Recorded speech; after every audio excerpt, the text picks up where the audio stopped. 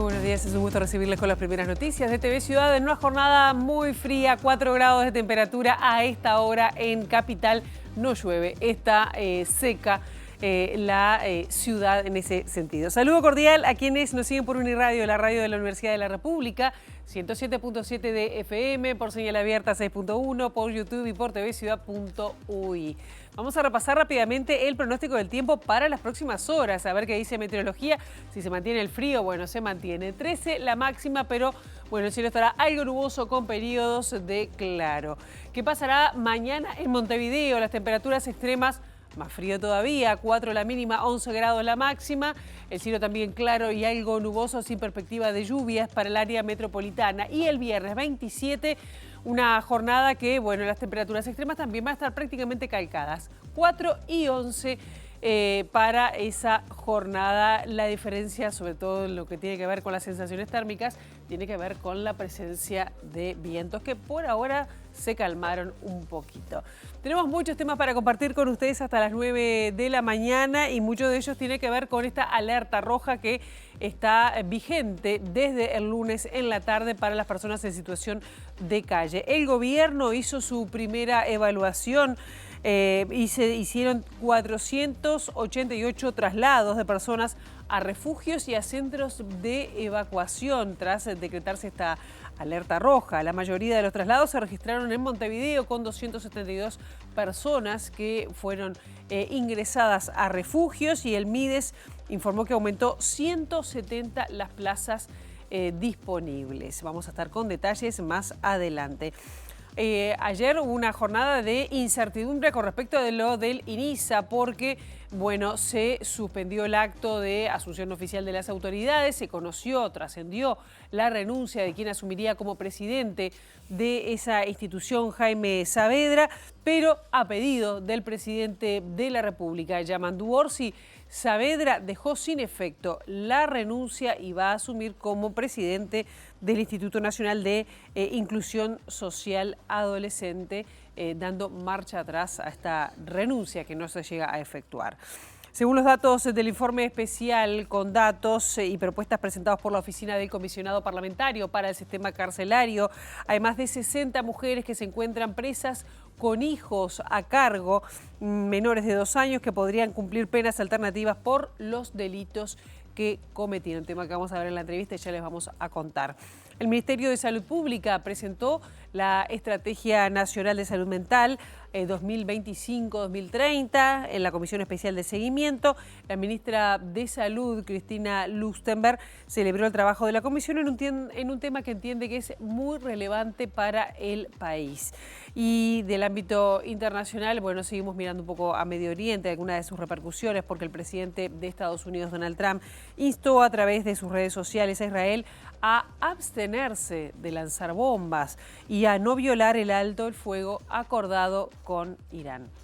8:30 de la mañana vamos a estar hablando de temas carcelarios, pero desde la mirada de las familias, porque vamos a estar recibiendo a Gabriela Rodríguez de Familias Presentes y también a Elba Núñez de La Vida Vale, que es un colectivo de vecinos que surgió en 2022 por hechos violentos en el barrio Casaballe. Bueno, la mirada de lo que está pasando en el sistema carcelario, además, tras estas trágicas muertes por incendios, bueno, pero más allá de eso vamos a estar hablando de varios temas que tienen que ver y que se arrastran desde hace mucho tiempo con el sistema carcelario. Esto será 8:30 de la mañana. Ahora momento de abrir la ventana hacia las calles de Montevideo para con datos del Centro de Gestión de Movilidad, ver por dónde circular, por dónde no. @IMTránsito, @MBTransporte, para seguir en tiempo real cualquier cambio en la circulación. Les adelantamos algunos cortes programados. Ven cómo sale el sol allá en el horizonte de Montevideo. Los cortes programados les indicamos. 8 de octubre, allí en el túnel entre Presidente de Barrio y Colonia, el corte será hasta las 4 de la tarde por trabajos de vialidad. Vázquez Ledesma entre Benito Blanco y Roque Graceras, el corte será hasta las 5 de la tarde. Monas Roses entre Boloña y Dublín, el corte hasta las 5:30. No se va a poder circular por trabajos de hormigonado.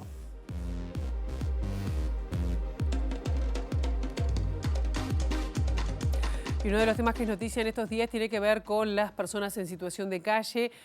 junto con las bajas temperaturas. De este tema habló el presidente de la República, Yamandu Orsi, que hizo una primera evaluación de lo actuado en estos días, de esta evacuación obligatoria que se aplicó porque, bueno, había otras normas vigentes que no estaban resolviendo el problema de estas personas. Dijo que el sistema carcelario además incide en el aumento de las personas en situación de calle y destacó que el fenómeno afecta también al interior y llamó a asumir la responsabilidad del Estado. Nos dimos cuenta que nos faltaban herramientas para resolver temas de fondo. La normativa y las disposiciones que tenemos vigente de no existir una situación de excepcionalidad no resolvía o no profundizaba en la solución o la resolución de algunos temas. Estoy hablando concretamente en la evacuación de gente que está en situación dramática, que de por sí ya es un problema, pero en tiempos de rigurosidad climática te obliga y te exige tomar otro tipo de determinación. Mientras dure este frío no se puede andar dudando y no podemos estar a expensas de un dictamen o un diagnóstico médico o sanitario más o menos. Veníamos del año 2023, es el último censo de situación en calle, ya tiene un tiempo, pues ahí se hablaba de 3.000. Y algo que hemos constatado es que el interior del país es un escenario también complicado en este sentido. Entonces, temas de salud mental, temas de gente que sale de estar en INR y que no tiene dónde ir, de verdad, es un tema. Y problemas de adicciones. El senador del Partido Colorado, Andrés Ojeda, dijo que está alerta roja con respecto a las personas en situación de calle, que habilitó la evacuación de personas que se encuentran viviendo a la intemperie. Demuestra que el gobierno cambió de opinión. También dijo que la ley de internación compulsiva es la más light de las acciones que puede tomar el MIDES. Me alegra que el Frente Amplio y en particular el hoy ministro Civil haya cambiado radicalmente de opinión sobre la posibilidad de retirar gente de la calle contra su voluntad. Esa fue la discusión central en el marco de la ley de internación compulsiva. Y fíjense el trajinar legislativo de esto, ¿no? En el año 2013, creo, la 19.120, en la ley de faltas, enviada por el ministro Bonomi en aquel momento y por el Poder Ejecutivo, criminaliza dormir en la calle. Por primera vez se convierte en un delito. Una falta es un pequeño delito, dormir en la calle. Acto seguido tenemos esta ley que están usando ahora, que es la que tiene que ver con el SECOED, que prevé una evacuación para casos de desastre natural. Hablamos de inundaciones, no necesariamente del frío, pero bueno, es otra discusión. Y después hay una internación compulsiva que de todas es la más light, pero es la que tuvo mayor reacción negativa de parte del Frente Amplio, justamente por pasar por encima de la libertad de la gente y llevársela a prepo de la calle. Ahí está la discusión central. Si podemos sacar a alguien, aunque no quiera ser sacado, alguien que no ha cometido delito, que evidentemente no está siendo detenido, yo creo que la ley de internación compulsiva es ampliamente superior en cuanto a garantías para las personas que están involucradas que la ley que están utilizando ahora, porque involucra una participación preceptiva de médico y tiene un componente de abordaje integral. El próximo martes 1 de julio, el ministro de Desarrollo Social, Gonzalo Sibila, va a comparecer al Parlamento a pedido de la oposición, especialmente de la diputada del Partido Nacional, Fernanda Ausberg, tras la muerte de 5 personas en situación de calle en los días recientes, en distintas localidades, además del territorio nacional. La presidenta de la comisión, la diputada del Frente Amplio, Inés Cortés, dijo que el abordaje debe ser integral y atender la situación de las personas liberadas y de las egresadas del INISA.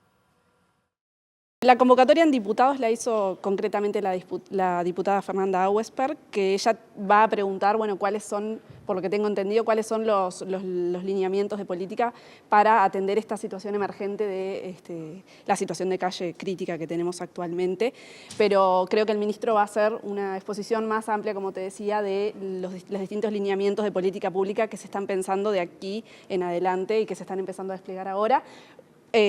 con un presupuesto que es el presupuesto que viene del periodo anterior. Eso hay que remarcarlo para que la ciudadanía lo sepa. El presupuesto del gobierno actual va a empezar a regir a partir del 1 de enero del 2026. Entonces, obviamente hay restricciones presupuestales, pero con esas restricciones incluso se están haciendo los mayores esfuerzos para poder responder a estas demandas. Estamos hablando de que por año de las cárceles están saliendo 7.000 personas. En total, en los sistemas de calle, en refugios y a la intemperie, hay unas 11.000 personas circulando por año, lo cual es muchísimo, y tenemos que poder atender esta situación, y hay un círculo vicioso. También el egreso de INAU, se habla de un egreso que realmente no es un egreso acompañado, y son los mismos gurises que estaban en hogares de protección 24 horas que cuando salen van a parar a la calle porque no tienen a dónde ir. Entonces creo que para poder abordar este tema con seriedad hay que invertir en la prevención para que no lleguen a esta situación, y bueno, una vez que están en esta situación, obviamente poner todas las herramientas para que lo que sucedió no se naturalice y no vuelva a suceder. Y en la primera evaluación del plan de contingencia realizado por el Sistema Nacional de Emergencia, los Ministerios de Salud, Defensa, Interior y, por supuesto, Desarrollo Social, se definió ampliar el cupo a 170 plazas para las evacuaciones. En 5 casos se aplicó la ley de internación compulsiva. A nivel nacional, la policía realizó 488 traslados de personas que fueron evacuadas a diferentes refugios y centros de evacuación. Montevideo fue el que tuvo la mayor cantidad, fueron 272 personas trasladadas. En el día de ayer, como lo nombraba el subdirector nacional Clavijo, se llegó al cupo máximo de 148 personas en un centro evacuado que estaba previsto para 100 personas inicialmente. Voy a repasar, en el día de ayer hablamos en lo que es el polideportivo 100 plazas, en lo que es la plaza de deporte número 2 también había capacidad para 100 plazas y se habían ampliado 30 plazas más en Defensa Nacional, específicamente lo que es el servicio de transporte del Ejército. Por gestiones realizadas entre Presidencia, se llegó el Club Atlético Peñarol, ofreció las instalaciones del Palacio Peñarol para llevar adelante el establecimiento de un centro de refugiados. Hoy las coordinaciones han llevado que en este momento hemos establecido en el Palacio Peñarol 130 plazas para alojamiento de personas. Es importante destacar que también estos centros se ampliaron al ser centros de evacuados, pasaron a ser centros de 24 horas, es decir, acá no son centros únicamente nocturnos, sino que se mantiene.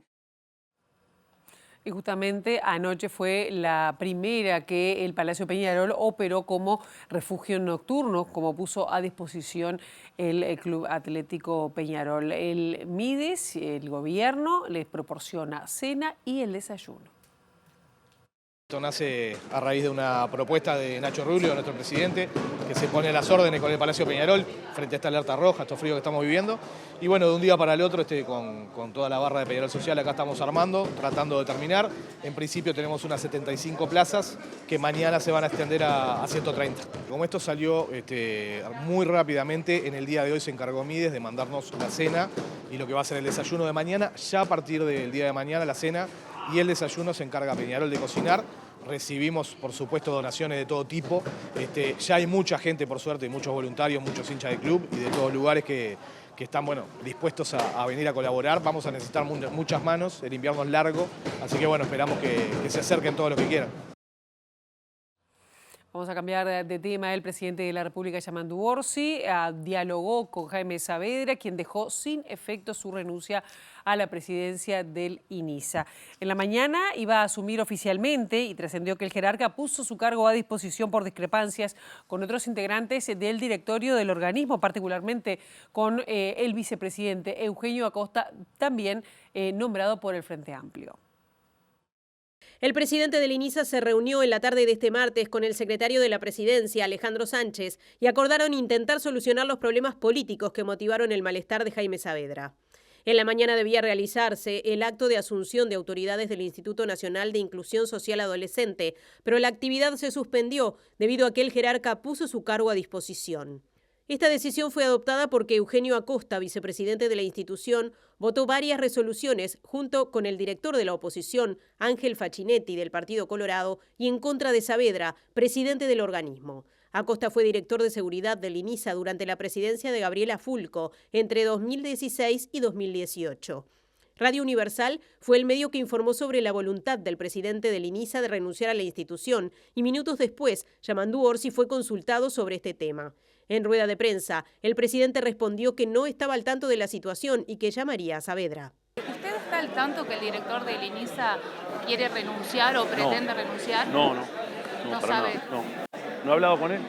No, pero de verdad no. ¿Ningún rumor le llegó? No, pero me viene bien porque lo llamaría. Entonces. Bueno. Sí. No, Jaime lo quiero en mi equipo siempre, como dé lugar. Y lo que he visto que está haciendo, está bueno que ustedes me lo comenten porque ya lo estoy llamando. La Diaria publicó más tarde que Orsi llamó al presidente del INISA y le pidió que no renunciara.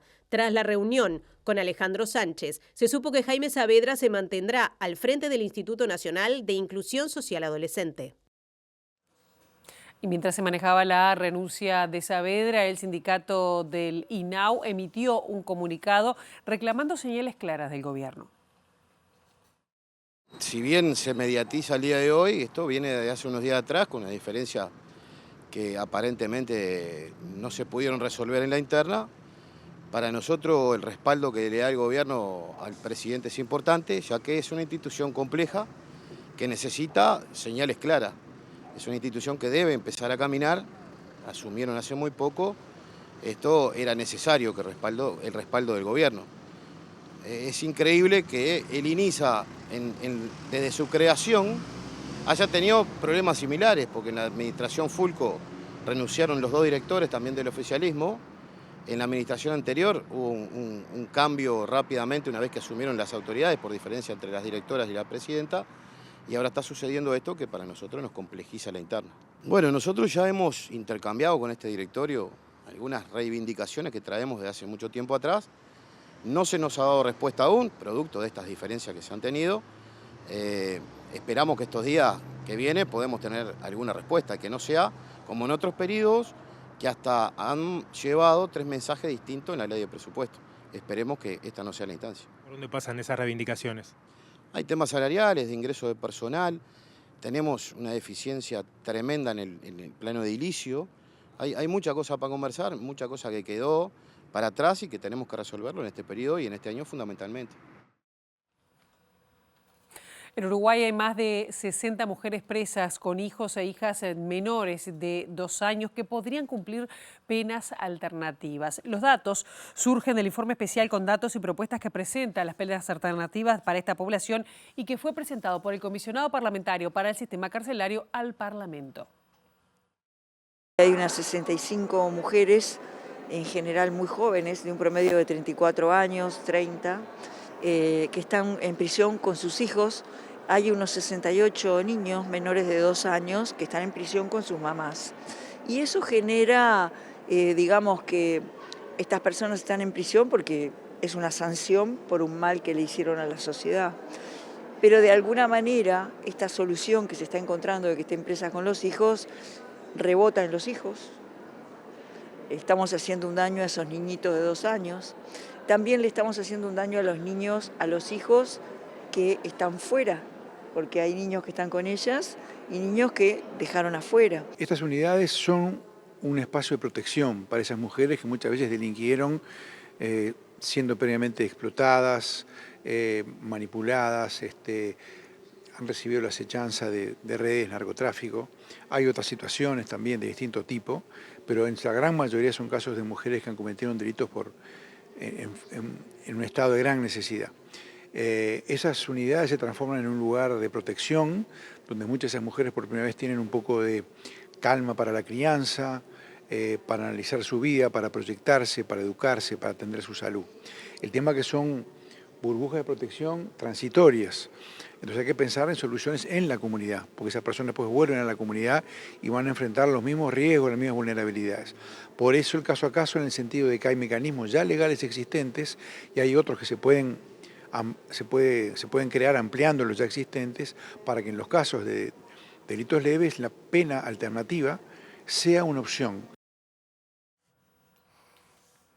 El presidente de la República, Yamandu Orsi, dijo que no aplicará el impuesto de 1% a las personas más ricas, como lo solicitó el PIT-CNT en la reunión que mantuvo esta semana. En cambio, hizo énfasis en que la administración aspira a captar ingresos mediante el impuesto mínimo a la renta global que las multinacionales ya pagan y cuya recaudación no queda en el país.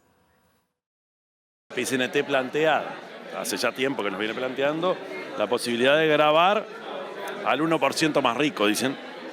Y nosotros le planteamos que nosotros no vamos a crear más impuestos. Pero ahí el propio PIT-CNT dice, bueno, habría que buscar la forma de recaudar mejor en esos sectores de la sociedad. Nosotros, por ahora, no estamos pensando en nuestro mensaje presupuestal ningún recargo. Lo que sí estamos analizando, y en ese marco se puede ver esto, que el mundo nos obliga a pensar en el impuesto mundial global y cómo hacemos nosotros para quedarnos nosotros con ese cobro y que no te lo ganen otros países, porque cambiaron las reglas de juego, están cambiando. Entonces, a eso sí tenemos que prestarle atención y en ese marco es el espacio que nosotros nos estamos dando para repensar absolutamente todo sin que signifique pérdida del ingreso, sin que signifique desestímulo a la inversión. En línea con lo dicho por Orsi, días atrás el subsecretario de Economía y Finanzas, Martín Valcorba, adelantó que el proyecto de ley de presupuesto incluirá una disposición que habilitará a Uruguay a recaudar el impuesto mínimo a la renta global que ya tributan empresas transnacionales con actividad en el país y estimó que esa modificación puede generar un ingreso de 350 millones de dólares por año. En diálogo con La Diaria, aseguró que desde el quinquenio pasado algunas firmas están reclamando dejar de pagarlo en otros países y hacerlo aquí porque les facilitaría las gestiones de liquidación y aseguró que no aprovecharlo sería de una torpeza mayúscula. El economista Javier de Aedo, que fue subsecretario del Ministerio de Economía, también exdirector de OPP, dijo que el actual gobierno se ha tenido que manejar entre el difícil equilibrio de decir toda la verdad sobre la herencia económica que recibió y contemplar la visión de organismos internacionales y las calificadoras de riesgo. De Aedo subrayó que la regla fiscal que se autoimpuso el gobierno anterior no se cumplió en los últimos 2 años de la administración. Una situación fiscal heredada muy complicada, incumpliéndose la regla fiscal, se acepta que se incumplió en el último año, pero también se incumplió en el penúltimo. Y en última instancia las reglas se pueden incumplir si no hay un enforcement, si no hay consecuencias para quienes la incumplen. Y en todo caso tienen un valor moral. Y la herencia fue muy complicada, un déficit fiscal que si se suman las postergaciones de pagos para este año, si aquí hay proveedores del Estado se van a encontrar seguramente con que muchos no han cobrado todavía. Hubo facturas que se registraron y son deuda flotante, hay facturas que no se presentaron a ser contabilizadas y hay facturas que ni siquiera se presentaron ante el Ministerio o la oficina correspondiente para no tener que cargar con el costo financiero del IVA de esa factura. Y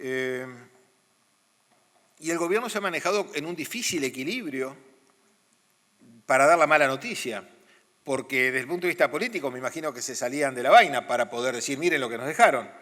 Pero por otro lado no podían decir toda la verdad porque están los organismos internacionales y las calificadoras de riesgo y los inversores en bonos uruguayos que van a decir, pero entonces, ¿cómo es esto? ¿Cuál es la solvencia del país? La ministra de Salud Pública, Cristina Lustenberg, se refirió al cierre de las unidades monovalentes previsto para 2025 en la Ley de Salud Mental, tema que se está trabajando en la comisión bicameral abocada al seguimiento de esta normativa. Lustenberg aseguró que los cierres deben ser de forma paulatina y celebró el trabajo de la comisión en un tema que entiende que es relevante para el país.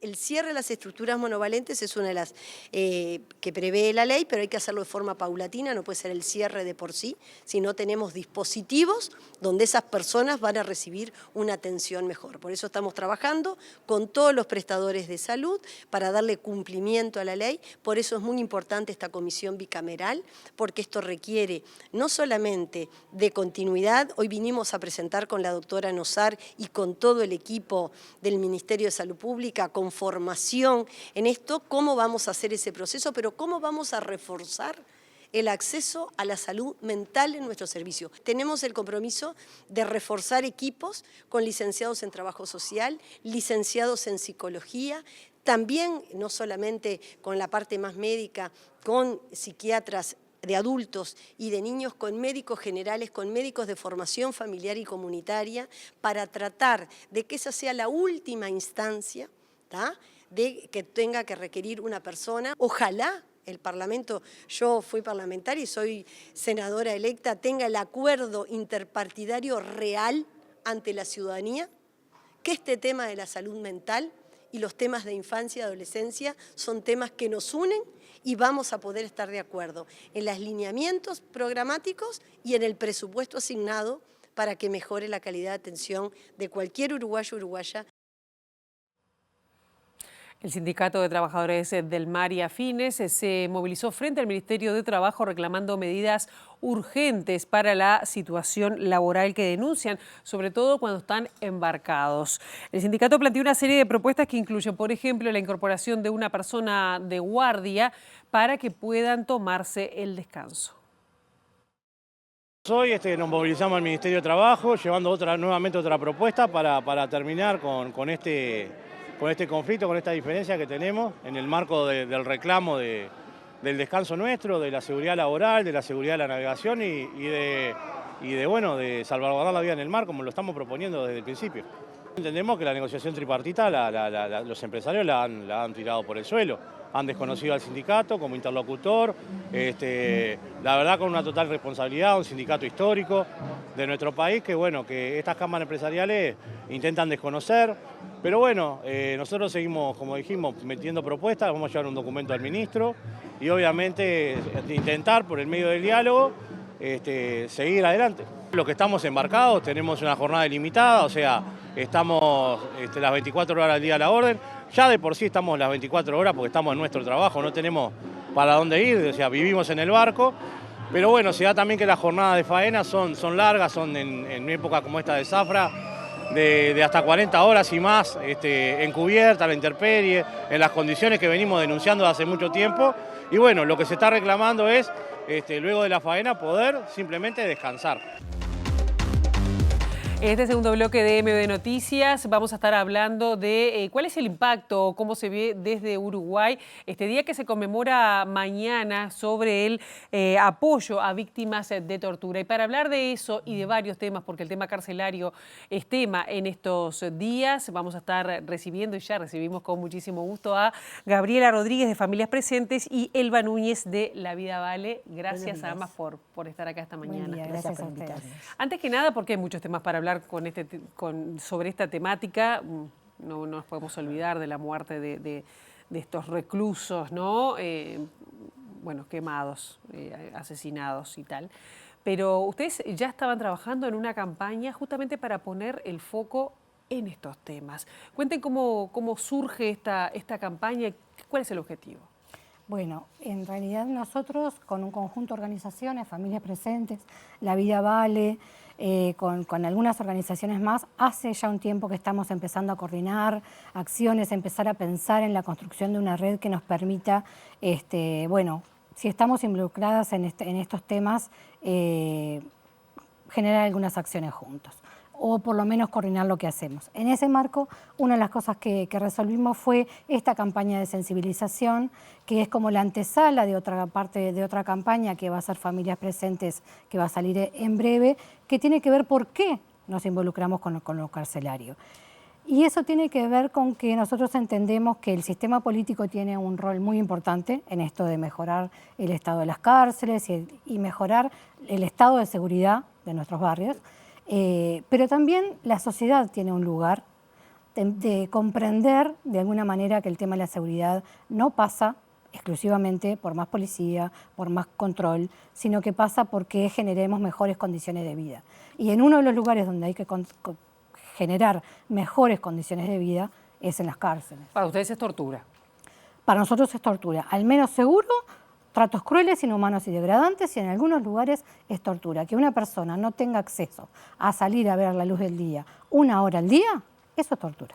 La Vida Vale es un colectivo que a ver, corregime vos, pero se originó en 2022 en Casaballe ante situaciones de violencia. ¿Por qué también apoya esta temática? ¿Cuál es la vinculación para sumarse a estos videos que también estamos viendo, ¿no? Bueno, nosotros como La Vida Vale nacemos por 2 asesinatos en una guerra entre bandas en Casaballe de 2 jóvenes pertenecientes a nuestra comunidad. La gente se preguntará por qué si nosotros sufrimos la violencia, también estamos como en la punta de esta madeja de trabajar para que las personas privadas de libertad, el tiempo que la justicia decrete que deben estar ahí, deben ser tratados con respecto a los derechos humanos, con sus derechos humanos respetados, porque estas personas van a salir. Y van a salir a nuestros barrios, van a salir a nuestras comunidades y muchos son de nuestras familias.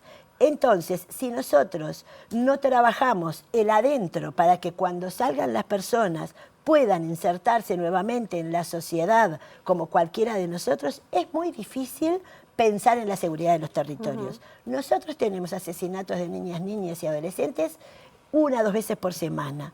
Esto hace que la violencia no nos permita disfrutar de un montón de espacios públicos. A los gurises les cuesta ir al liceo, a nosotros nos cuesta salir a trabajar y volver en las noches.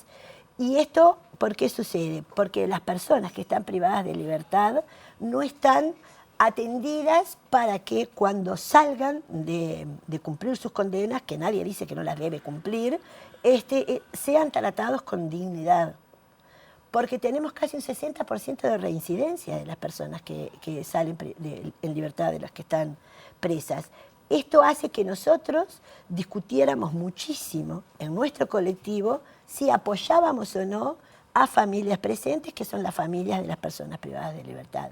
Y después de una discusión de varios días, de una discusión bastante potente, entendimos que necesitamos trabajar juntos. ¿Para qué? Para que esta realidad cambie. Claro.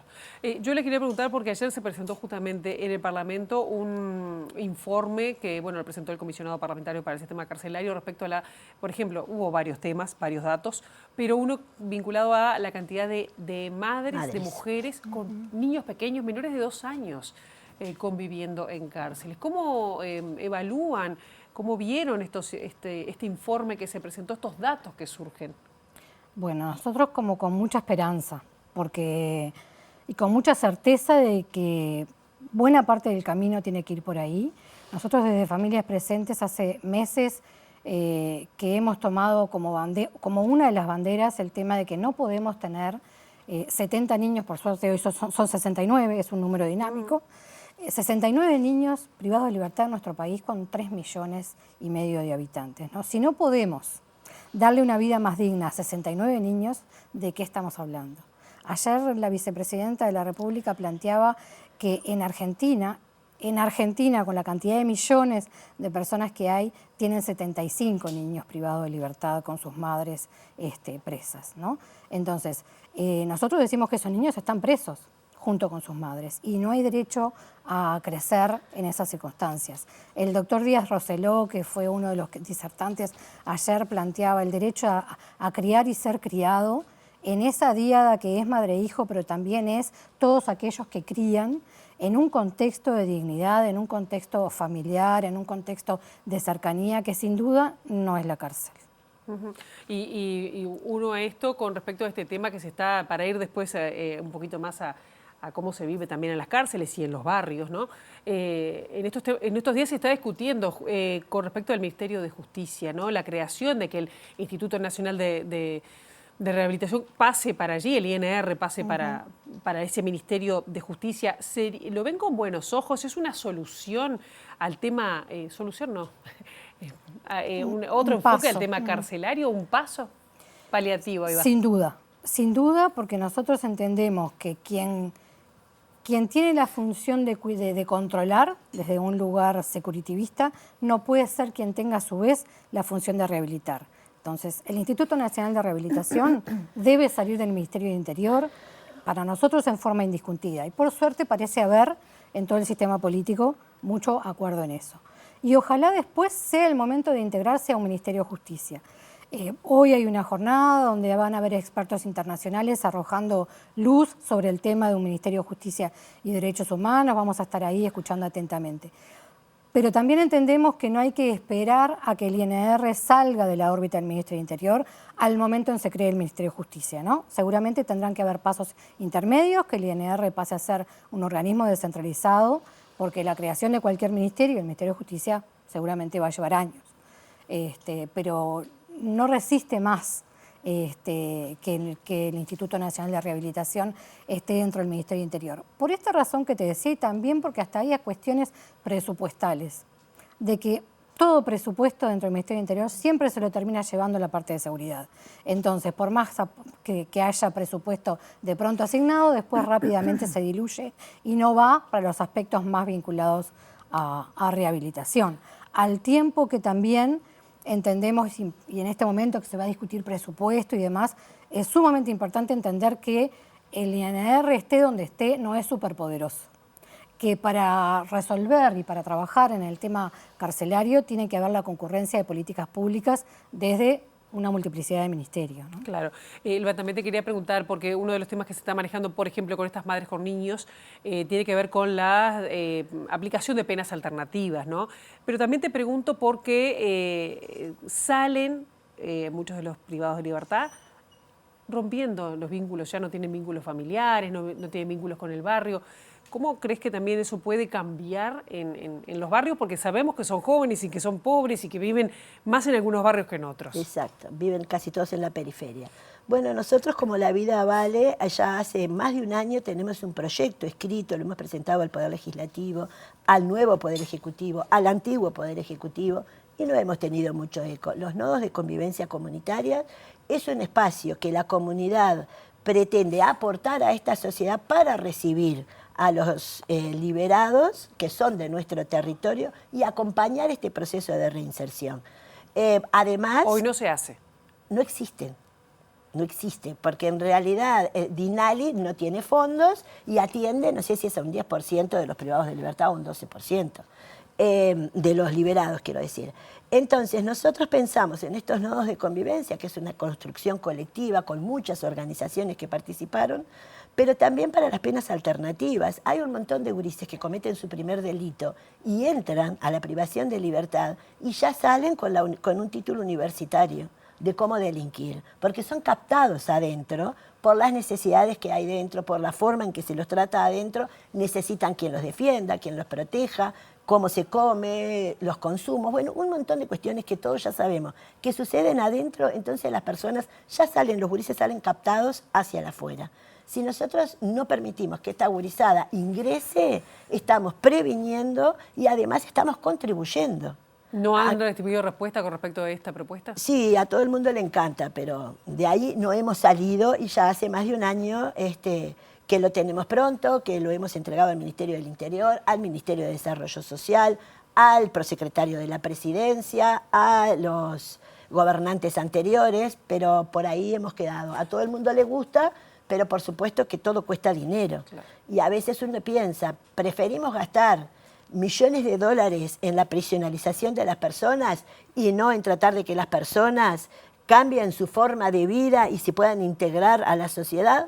Esas son preguntas que le hacemos al sistema político en general, Uruguay. A todos los partidos políticos. Uruguay, que tiene la mayor tasa de prisionalización, tiene 440, la mayor tasa, 445 por 100.000 habitantes. En toda América Latina somos récord en eso. Yo le quería preguntar con respecto a este último incidente que hubo, que se conoció, ¿no? Con la muerte de 4 personas incendiadas, no se sabe, todavía se está investigando si fue por una pelea y tal, pero cada uno desde su punto de vista, es decir, cómo viven desde este lado, es decir, se traslada que hay miedo en la cárcel por este tipo, que ocurran este tipo de situaciones, hay miedo en los barrios por quiénes pueden ser los familiares, ¿cómo reciben ustedes la noticia? Hay miedo en la cárcel y hay miedo en los familiares, ¿no? O sea, para nosotros, en realidad, cuando pasan estas cosas es bueno, como la constatación de lo que lamentablemente todos los días nos despertamos esperando, ¿sucederá? No sucederá, ¿no? Y estos, como tú decías, son aquellos casos en los cuales nos enteramos todos, que nos explotan en la cara. pero situaciones de violencia institucional hay en forma permanente en las cárceles. De hecho, estamos terminando el mes de junio y hubo más de 20 personas muertas dentro de las cárceles, entre homicidios, muertes naturales, si es que las puede haber, y suicidios. Entonces nosotros como familiares vivimos diariamente esta situación de que no sabes con qué noticia te vas a despertar, porque permanentemente están llegando noticias, sobre todo de algunos módulos del caso del CONCAR y algunos otros lugares, porque el CONCAR se lleva también como la medalla, pero hay otras unidades que se viven situaciones muy similares, y eso es reproductor de violencia y después incide en lo que Elba está planteando de lo que sucede afuera cuando vuelven a los barrios. Elba, cortito. No, simplemente contar que las cosas que suceden dentro de la cárcel repercuten en los barrios, porque de adentro de la cárcel se manda avisos, temores, amenazas de todo tipo y colores. Pero todos sabemos que esto sucede y somos nosotros, los vecinos y las vecinas, que vivimos en la periferia, quienes debemos vivir cada día con estos temores. Las familias de los privados de libertad, pero las otras familias también, porque no están privados de libertad, pero de pronto están trabajando de forma ilícita para algunos que están adentro. Y bueno, y esto de ir y venir, de las noticias que van y vienen, hace que el barrio no pueda vivir en paz. Y es muy complejo vivir con temor, especialmente para niños, niñas y adolescentes. Gabriela Rodríguez, también Elba Núñez, gracias por estos minutos y bueno, seguiremos viendo la campaña esta que se puede ver en las redes, en todos lados y también la próxima que viene. Gracias. Exacto. Muchas gracias a ustedes. Nosotros ahora nos vamos a exteriores y de alguna manera tocamos el tema porque vamos a estar hablando del Ministerio de Justicia. Allí está nuestra compañera Abril Mederos. Abril, muy buenos días, bienvenida. Muchas gracias, Pilar. Exacto, porque aquí en el anexo de la Torre Ejecutiva se va a estar desarrollando dentro de unos minutos este seminario internacional sobre el futuro Ministerio de Justicia y Derechos Humanos que quiere implementar el gobierno, en este caso en un seminario que va a contar con especialistas de distintos países de la región y del mundo y del que va a estar participando entre otras personas como invitado el presidente Yamandu Orsi y estamos aquí con la abogada especializada en política criminal, Ana Linda Solano. Gracias por estos minutos. Usted vino de Colombia aquí a hablar sobre, bueno, la experiencia colombiana de alguna manera. ¿Qué aprendizajes deja para esto que se pretende aplicar aquí en Uruguay? Gracias, Abril. Bueno, el Ministerio de Justicia es una institución muy importante en Colombia, sobre todo es ese órgano técnico que ayuda a coordinar interinstitucionalmente todo lo que tiene que ver con la política de justicia y la política criminal. Es importante, sobre todo en iniciativas legislativas que ayudan a acceso a la justicia, mecanismos alternativos de solución de conflicto, todo eso que permite la solución de problemas en un nivel preventivo antes que llegue al sistema de justicia cuando ya puede ser muy tarde. Entonces es importante tener ese enfoque comunitario y de acceso a la justicia, pero también es un actor importante en términos de lucha contra la gran criminalidad. El Ministerio de Justicia tiene a cargo varios temas de gestión de la carga de la justicia que no necesariamente son los componentes jurisdiccionales. Entonces es clave en términos también de tener observatorios de justicia y entre otros organismos que ayudan a gestionar la información necesaria para proyectar políticas públicas coherentes. Entonces, es normalmente un puente, porque para la lucha contra la gran criminalidad tú necesitas crear puentes entre las ramas del Estado que te permitan actuar como Estado de manera coordinada contra una amenaza que es muy grande y transnacional.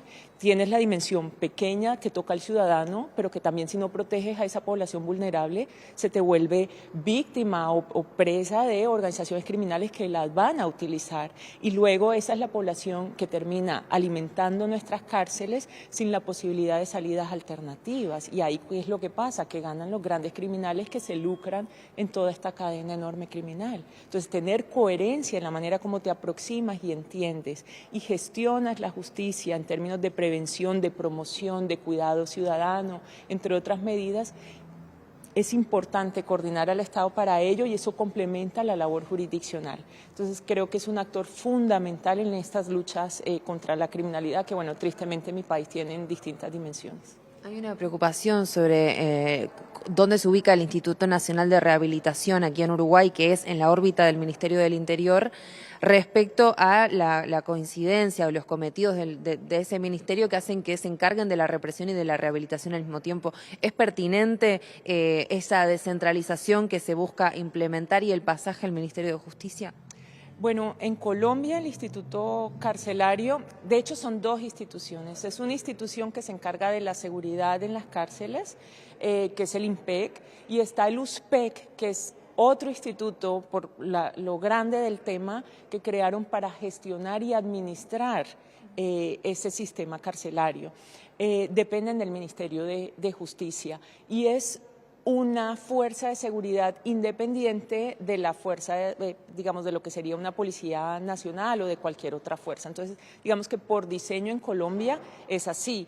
Eso es una decisión y un debate que tendrán que tener acá. Lo que sí es importante de pronto destacar es que los temas penitenciarios trascienden el tema de seguridad y hay temas que son de justicia carcelaria, de seguridad carcelaria, entre otros elementos que no sé si necesariamente son cubiertos o no por una fuerza que tiene un enfoque pues meramente de seguridad. Agradecemos mucho estos minutos a la abogada Ana Linda Solano, quien va a estar disertando en este seminario internacional cuyos contenidos vamos a estar compartiendo ustedes más adelante. Muchísimas gracias, Abril. Y nosotros ahora seguimos con otros temas porque el analista internacional y columnista en Página 12, Jorge Elbaum, definió el ataque de Estados Unidos contra Irán como la última guerra del viejo orden global. En ese marco incluyó también los bombardeos previos de Israel contra el mismo objetivo. Toda guerra de estas características lo que hace es replantear cómo se entra a ese nuevo orden, ¿no? Y yo creo que como, sobre todo Israel se la ve venir y entonces quiere ingresar a ese nuevo orden con un equilibrio distinto, ¿no? Y ese equilibrio distinto no es solamente la superioridad nuclear, como la tiene ya, sino con una presión internacional sobre la República Islámica para acotar a Teherán a un espacio regional. Es decir, Irán hoy es parte de los BRICS, ¿no? Sí. Y lo que se logró o se generó con esto es que, por ejemplo, Putin y también de alguna manera Xi Jinping han decidido, bueno, no, esto no puede ser, hay que barajar y dar de nuevo. Irán tiene derecho a tener su energía pacífica, esto es clave, que haya dicho esto Vladimir Putin nada más y nada menos, y Israel tiene derecho a su seguridad. Eso es un punto de partida de un nuevo equilibrio, más allá de que a lo mejor no es lo que pretendían ni solo Israel ni Irán, pero supone entrar en una nueva etapa donde esos elementos, aunque no estén acordados en una mesa de negociaciones, están pendientes o presentes en futuras negociaciones.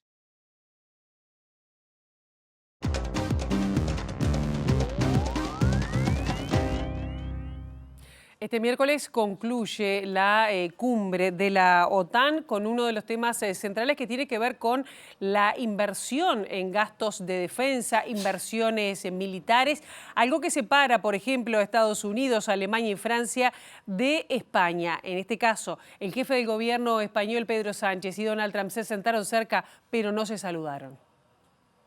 El secretario general de la OTAN, Mark Rutte, aseguró este miércoles que no está preocupado sobre un eventual fracaso de la cumbre por la negativa de España a subir el gasto en defensa al 5% del Producto Interno Bruto, y admitió que entiende que son decisiones difíciles y que cada país tiene que encontrar el dinero.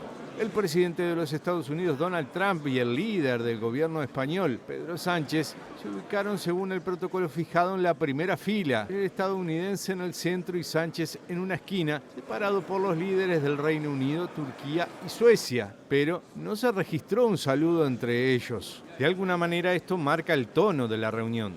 En medio de la cumbre, el secretario general de la OTAN, Mark Rutte, subrayó que los Estados miembros de la alianza han estado de acuerdo desde hace tiempo en que Irán no debe desarrollar un arma nuclear. Esto tras los ataques perpetrados contra Irán por Estados Unidos.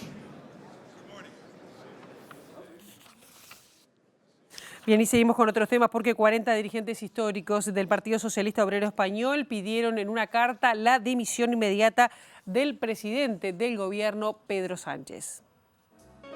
Más de 40 exaltos cargos del PSOE, incluidos ministros y expresidentes del Senado, han solicitado la renuncia de Pedro Sánchez y la convocatoria a un congreso extraordinario, al tiempo que acusan a la actual dirección del partido de generar un grave deterioro institucional, señalando los escándalos de corrupción que afectan a figuras cercanas al mandatario, especialmente los últimos secretarios de organización del partido. Los firmantes también critican decisiones políticas del gobierno que, a su juicio, han alterado el marco constitucional de España, como la prórroga injustificada de los presupuestos y la marginación del poder legislativo. La solicitud de renuncia de Pedro Sánchez y la convocatoria de un congreso extraordinario reflejan una crisis interna significativa en el PSOE, donde la división creciente podría afectar la estabilidad del partido, especialmente en un momento donde los votos y el respaldo de la ciudadanía parecen estar en juego, sumado a la presión externa del Partido Popular, que podría capitalizar las divisiones dentro del socialismo español. El Congreso fijó para el miércoles 9 de julio la comparecencia de Sánchez ante el Pleno de la Cámara Baja para que rinda cuentas tras la salida del ex número 3 del PSOE, Santos Cerdán, junto al plan de rearme de la OTAN, aunque por primera vez se ha optado por dividir la sesión plenaria en dos debates para no mezclar los casos de corrupción con la agenda internacional. Hasta aquí llegamos con esta primera edición. Ahora quedan en compañía de Ciudad Viva, la actualización informativa a las 3 y nosotros volvemos mañana bien tempranito a las 8 en punto aquí en TV Ciudad. Buena jornada.